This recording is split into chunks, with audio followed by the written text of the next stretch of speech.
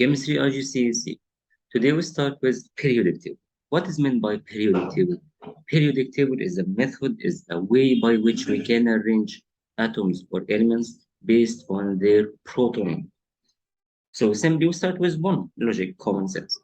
How many groups, how many periods are there? Firstly, what is meant by a group? I wrote that earlier. Group is how many electrons are there in the outermost energy level. For example, if you talk about group 1, we have, or there is one electron. If you talk about group 2, there are two electrons, and so on. Is there any exception? Of course. The exception here, the clear exception here is the transition section. This section is called transition.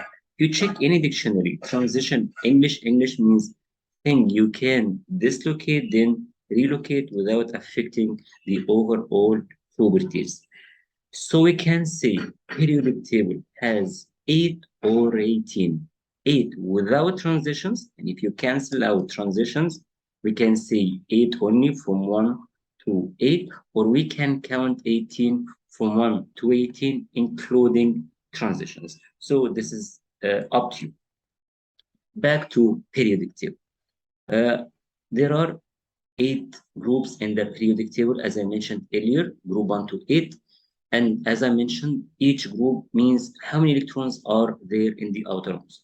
Group 1 has 1 electron, group 2 has 2 electrons, and so on. If you discuss features of group 1, if you go down group 1, the metallic feature increases. The metallic property increases. The metal becomes more reactive. That means potassium is more reactive than sodium, and sodium is more reactive than lithium. So if you check reactivity series, you find that potassium is higher than sodium, and so on. Same is applied for group 2. And magnesium is more reactive than beryllium, and calcium is more reactive than magnesium.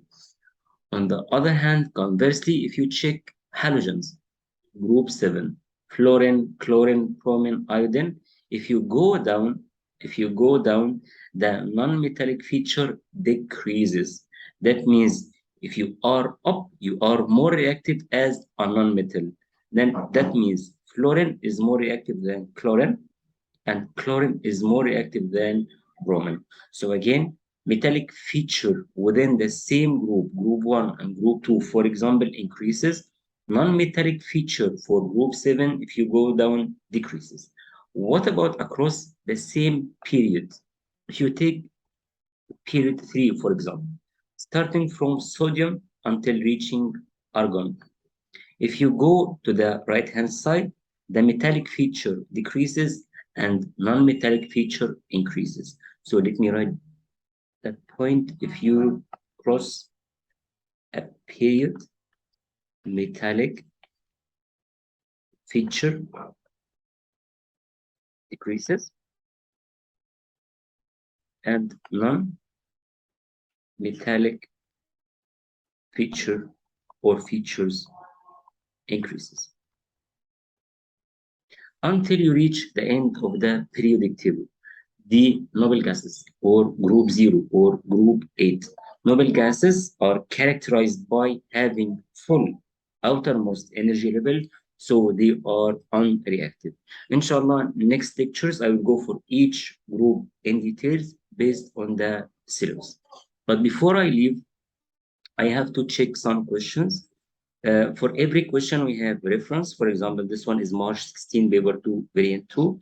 Let me read the question and help you answering it. Here we have element.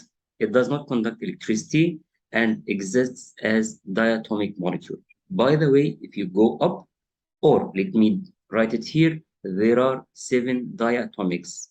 H2, then N2, O2, F2, Cl2, Br2, and I2.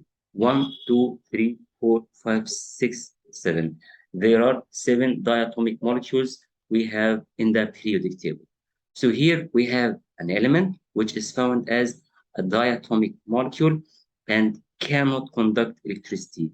So we have a nonmetal and exists as diatomic molecule. So we are talking about something in group 7. So answer here to be C. What about D? D is noble gases. Noble gases are monoatomic. Monoatomic. What about B and A? A and B both are metals, and metals can conduct electricity. Question 2.